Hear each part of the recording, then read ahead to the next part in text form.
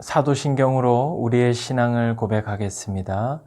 전능하사 천지를 만드신 하나님 아버지를 내가 믿사오며 그 외아들 우리 주 예수 그리스도를 믿사오니 이는 성령으로 잉태하사 동정녀 마리아에게 나시고 본디오 빌라도에게 고난을 받으사 십자가에 못 박혀 죽으시고 장사한 지 사흘 만에 죽은 자 가운데서 다시 살아나시며 하늘에 오르사 전능하신 하나님 우편에 앉아 계시다가 저리로서 산자와 죽은 자를 심판하러 오시리라.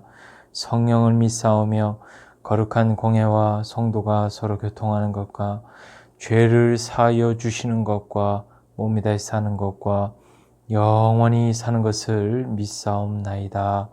아멘. 우리에게 주시는 하나님의 말씀은 디모데 전서 2장 5절의 말씀입니다. 신약 성경 338면 즈음에 있는 디모데 전서 2장 5절 한 절의 말씀입니다. 저와 여러분이 한 목소리로 합독하시겠습니다. 하나님은 한 분이시요 또 하나님과 사람 사이에 중보자도 한 분이시니 곧 사람이신 그리스도 예수라. 아멘. 드디어 오늘 우리는 기도에 대한 대장정의 막을 내리게 되었습니다. 기도에 대해서 우리는 총 3주간에 걸쳐서 제일 첫 시간에 살펴봤던 것은 바로 기도는 쉽다라는 것이었습니다. 그런데 기도는 쉽고 또 심지어 틀려도 되고 또 편하게 막 해도 되는데 그럼에도 최소한의 원칙이 있다라고 말씀드렸습니다. 기도의 최소한의 원칙. 그것이 뭐냐? 바로 기도의 대상이었습니다. 기도의 대상이 올바라야 한다고 말씀드렸습니다. 기도의 대상이 잘못되면 안 된다고 말씀드렸습니다. 우리의 기도의 대상은 누구입니까? 우리는 누구에게 기도를 드리는 것입니까? 바로 하나님이십니다. 예수님도 아니시고 성령님도 아니시고 바로 저와 여러분의 아버지이신 하나님 아버지께 기도를 드린다고 말씀드렸습니다. 그래서 우리가 기도를 처음 시작할 때 제일 처음에 하나님의 이름을 부르는 것입니다. 하나님, 나의 아버지이신 하나님, 이렇게 하나님의 이름을 부르는 것입니다. 이것이 바로 우리 두 번째 시간에 살펴봤던 개념이었습니다. 기도의 대상은 하나님이시다. 그런데 그 하나님은 나의 아버지이시다. 그리고 세 번째로 살펴봤던 개념이 바로 지난주에 살펴봤던 내용이기도 한데 성령님의 역할, 기도할 때의 성령님의 역할에 대해서 살펴보았습니다. 그러니까 기도는 쉽고 우리의 기도의 대상은 하나님이신데 아무리 기도는 쉽다라고 해도 도대체 우리가 무엇을 기도해야 할지 그리고 하나님의 뜻에 맞는 기도에 대해서만 응답해 주신다라고 말씀하셨는데 우리가 드리는 기도가 과연 하나님의 뜻에 맞는지 아닌지 우리의 욕심으로 드리는 기도인지 아닌지에 대해서 도대체가 우리로서는 알 길이 없다는 것이 문제이죠. 그래서 바로 우리 성령님께서 우리가 기도할 때 이런 역할을 해주신다고 말씀드렸습니다. 생각나게 해주겠다. 염려하지 마라. 네가 무엇을 기도해야 될지 알려주겠다. 너희들의 입에 말을 채워주겠다. 그러니 성령님을 의지하는 기도를 드려라. 이렇게 우리 속에 내주하시는 성령님을 믿고 그분께 도와달라는 간절한 마음으로 기도할 때 성령님이 친히 우리를 대신하여 하나님의 뜻에 100% 일치하는 기도를 대신해 주시겠다고 대신해 주신다고 성경은 말씀하고 있는 것입니다. 그러니까 첫 번째로 성령님께서는 우리가 무엇을 기도해야 할지 생각나게 해주시겠다, 해주신다. 두 번째로는 우리를 대신하여 간구해 주신다. 이것이 바로 기도할 때의 성령님의 역할이었습니다. 자, 그렇다면 우리가 오늘 살펴볼 것은 과연 무엇인가? 그것은 바로 기도할 때 예수님의 역할입니다.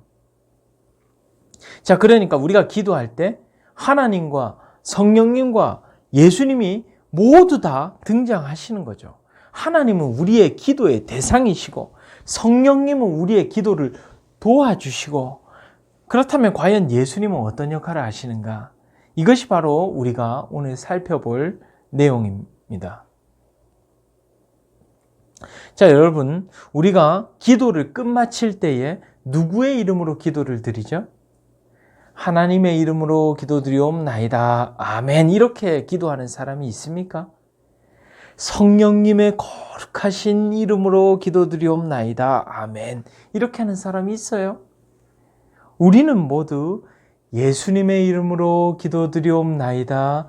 아멘. 하고 기도를 끝마칩니다. 이것이 또 하나의 최소한의 기도의 원칙이에요. 근데 왜 우리가 예수님의 이름으로 기도를 드려야 할까요? 무슨 이유가 있는 걸까요? 혹시 우리가 기도를 드리다가 마침 졸았어요. 그래서 맨 마지막에 예수님의 이름으로 기도드립니다. 아멘을 하지 못하고 그만 잠이 들고 말았어요. 그러면 이 기도는 하나님께 전달되지 않은 걸까요? 하나님께 상달되지 않은 걸까요? 아니면 예수님의 이름으로 기도드립니다. 아멘. 이것은 주문일까요? 알리바바와 40인의 도적이라는 동화책에 보면 주인공이 이 보물이 숨겨져 있는 그 동굴 앞에서 이렇게 외치죠. 열려라, 참깨! 하면 열립니다. 혹시 그것처럼 예수님의 이름으로 기도드립니다. 아멘! 하면 하늘의 그 보화창고, 보물창고에 문이 열리게 되는 그런 주문일까요?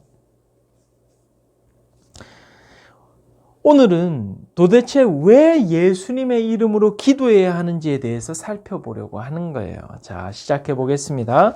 자, 첫 번째는 왜 예수님의 이름으로 기도해야 되는가? 예수님의 명령이기 때문입니다. 우리 요한복음 16장 23절, 24절의 말씀입니다. 제가 읽겠습니다. 그날에는 너희가 아무것도 내게 묻지 아니하리라. 내가 진실로 진실로 너희에게 이르노니 너희가 무엇이든지 아버지께 구하는 것을 내 이름으로 주시리라. 지금까지는 너희가 내 이름으로 아무것도 구하지 아니하였으나 구하라. 그리하면 받으리니 너희 기쁨이 충만하리라. 지금까지는 너희가 내 이름으로 아무것도 구하지 아니하였으니까 어떻게 하라고요? 구하라. 구하라고 예수님께서 명령하고 계십니다. 그래서 우리는 구해야 하는 거예요. 예수님이 말씀하신 명령은 우리가 다 지켜야 합니다. 우리는 하나님 나라의 백성입니다. 우리는 하나님 나라의 군대의 군인들입니다. 군인의 생명은 명령에 복종하는 것입니다. 따라서 저와 여러분은 하나님 나라의 군사로서 하나님의 명령, 예수님의 명령에 절대 순종해야 하는 거예요. 그래서 우리는 구해야 하는 겁니다. 근데 웃깁니다. 왜 구하라고 명령하신다고요? 주시려고요. 구하라 그리하면 어떻게 하신다고요? 받으리니. 즉 주시기 위하여 구하라고 명령하신다는 거예요. 근데 그 뒤에는 더 가관입니다. 구하라고 명령하셨는데 그 명령에 순종하면 어떤 결과가 일어난다고요? 기쁨이 충만하리라. 근데 누구의 기쁨이 충만하리라? 명령 내리는 그 하나님이 야, 누구야? 예수님의 이름으로 기도해라. 명령에 순종해라. 그리하면 나 하나님이 너무 기쁠 거야. 이겁니까? 아닙니다. 야, 누구야? 예수님의 이름으로 기도해. 명령에 순종해라. 그리하면 네가 너무 기쁠 거야. 한 목사 너에게 기쁜 일이 가득가득 생길 거야. 그러니까 기도해. 여러분, 이게 명령입니까? 이 명령 맞습니까? 이거는 명령이라기보다는 명령을 가장한 천기누설 아닙니까? 사랑 고백 아니에요? 하나님의 사랑 고백. 결국 예수님의 이름으로 기도하라는 이유는 우리의 기도를 들어주시기 위해서, 우리의 소원을 들어주시기 위해서라는 거예요. 그러므로 저와 여러분은 예수님의 이름으로 기도하라는 그 명령에 절대 순종하셔서 우리의 모든 기도 제목들을 응답받는 복된 인생들이 되어지시기를 우리 주 예수 그리스도의 이름으로 축원합니다. 그런가 하면 두 번째로, 우리는 왜 예수님의 이름으로 기도해야 하는가? 그것은 바로 예수님이 하나님의 우편에 앉아 계시기 때문입니다. 목사님 말씀이시죠?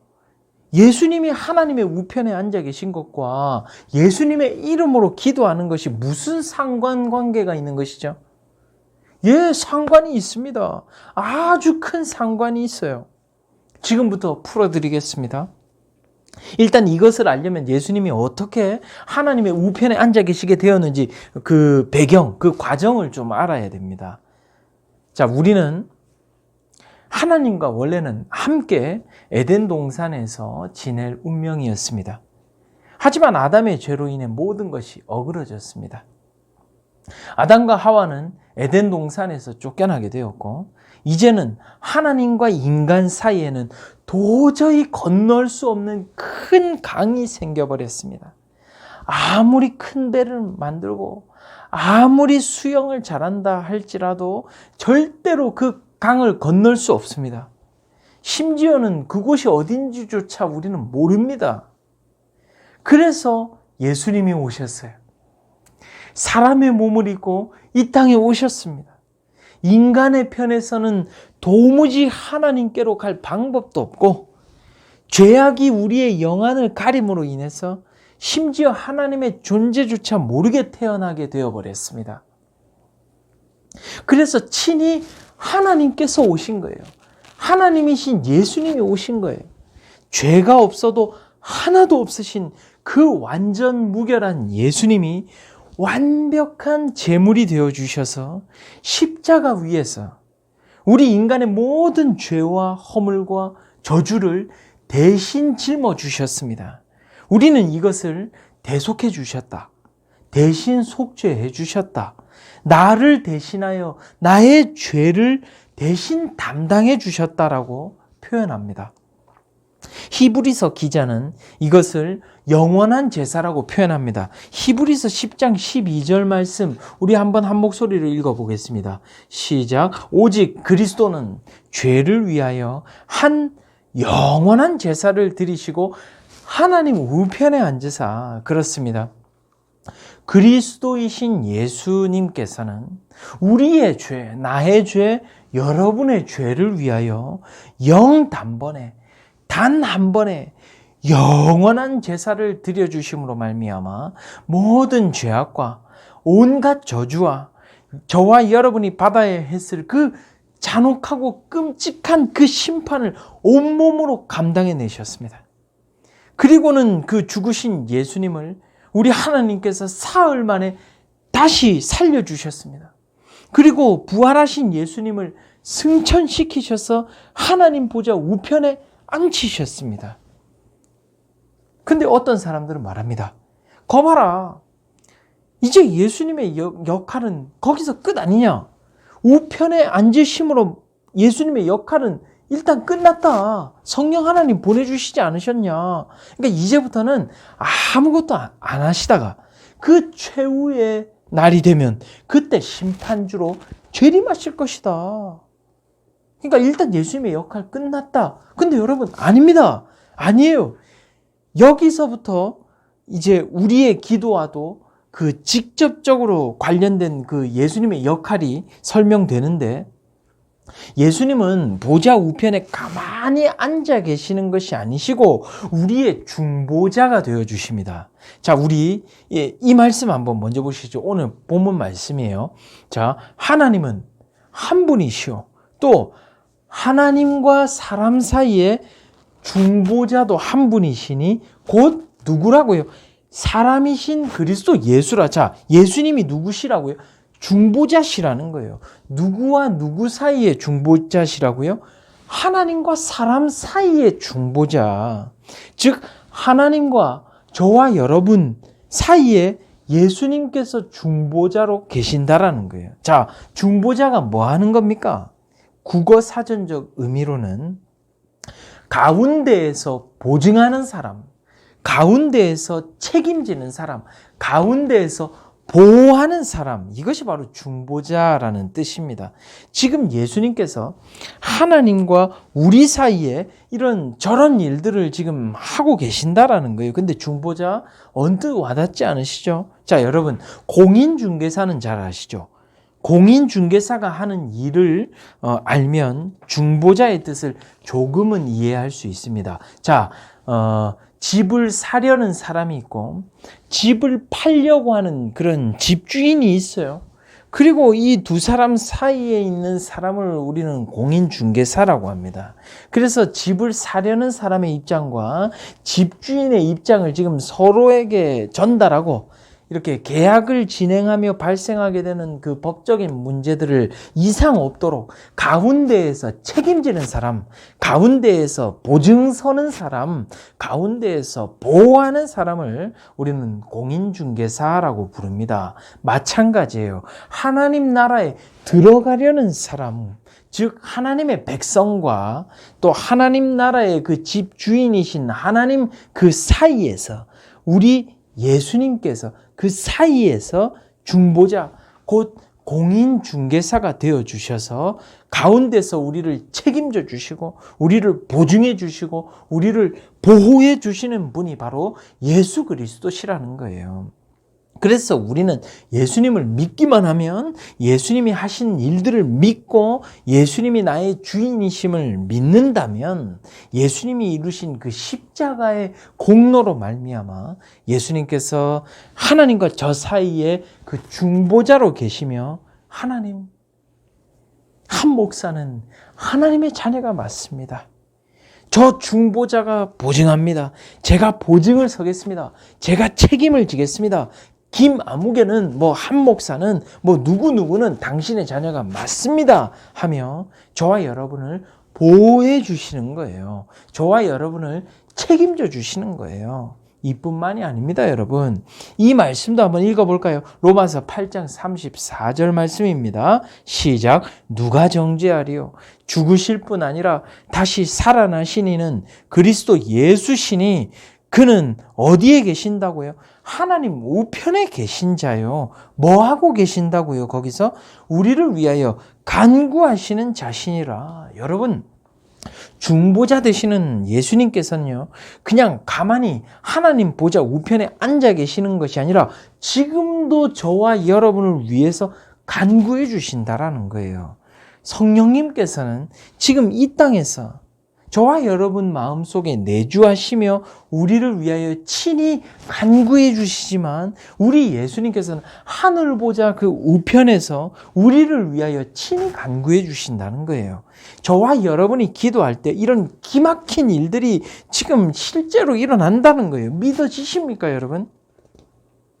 기막힌 예화가 있어서 소개해 드립니다. 어떤 아버지가 계셨대요. 사업 큰 건 하나를, 계약 큰 건 하나를 앞두고 있었습니다. 근데 하나밖에 없는 아들이 있는데 학교에서 왕따를 당하고 오늘도 지금 방 안에 틀어박혀가지고 오늘 죽을까 내일 죽을까 하며 슬퍼하고 괴로워하고 있더랍니다. 근데 그 아버지는 하나도 몰라요. 그 아버지는 그냥 그저 사업 계약이, 이 큰 건 계약이 성사되기를 막 간절하게 하나님 앞에 기도합니다. 하나님 아버지, 이번 계약이 반드시 성사되게 해주시옵소서. 이번 건 성사되기만 하면 하나님께 헌금도 더 많이 드리고 봉사도 더 열심히 하겠습니다. 하나님 이번만 어떻게 좀 잘 도와주세요. 근데 우리 성령 하나님께서는 그 아버지 속에서 이렇게 대신 간구해 주시는 것입니다. 하나님, 지금 이 남자는 자기가 무엇을 기도하는지 아무것도 모릅니다. 무엇을 구해야 할지조차 모르는 불쌍한 인생입니다. 무엇이 더 중요한지, 무엇을 우선적으로 구해야 할지 진짜 아무것도 모르고 있습니다. 이 집안을 불쌍히 여겨주셔서 이 남자도 살려주시고 저 방 안에 있는 저 아들 녀석도 좀 살려주세요, 하나님 하며 우리의 기도를 바꾸어 주셔서 진짜 우리에게 필요한 기도를 대신해 주시는 분이 누구시라고요? 바로 우리 속에 내주하시는 성령 하나님이시라는 것입니다. 그런데 더 기가 막힌 것은 이 땅에서는 우리 안에서 성령님이 우리를 대신하여 간구해 주셨다면 하늘 그 재판정에 지존하신 그 재판장 되시는 우리 하나님, 그 하나님의 그 보좌 우편에 계시는 우리의 중보자시오, 우리의 필요를 아시고 우리를 보호해 주시고 우리를 보증해 주시며 우리를 책임져 주시는 우리 예수님께서 하나님 바로 곁에서 하나님께 친히 간구해 주신다라는 거예요. 하나님, 저를 봐서라도 저 집안 좀 살려주세요. 제가 십자가에서 피 흘려 살린 저 당신의 자녀들입니다. 지금 아무것도 모르는 저 남자의 아버지도 불쌍히 여겨주시고 지금 방 안에서 죽어가고 있는 저 어린 영혼도 불쌍히 여겨주시옵소서 하시며 모든 상황과 여건과 환경을 초월하여 역사하시는 하나님이 일하여 달라고, 역사해 달라고 예수님이 하나님께 직접 간구해 주신다라는 거예요. 어디에서? 하나님 바로 곁에서. 그러니 여러분, 우리 기도합시다. 무엇이든지 기도합시다. 우리는 우리에게 무엇이 필요한지 아무것도 모르는 불쌍한 인생들입니다. 하나님의 뜻에 맞는 기도가 무엇인지 하나도 몰라요. 하지만 그럼에도 불구하고 우리가 하나님의 그 보좌 앞으로 담대하게 나아갈 수 있는 이유가 무엇입니까? 바로 우리를 살리신 예수님께서 우리의 중보자가 되어주셨기 때문입니다. 지금 이 시간에도 하나님 보좌 우편에서 우리를 위하여 간구해 주시고 우리를 보호해 주시고 우리를 보증해 주시며 우리를 책임져 주십니다. 그리고 역사해 주십니다. 이것이 바로 우리가 예수님의 이름으로 기도해야 하는 이유입니다. 예수님의 이름으로 기도한다는 뜻은 예수님을 통해서 기도한다라는 뜻입니다.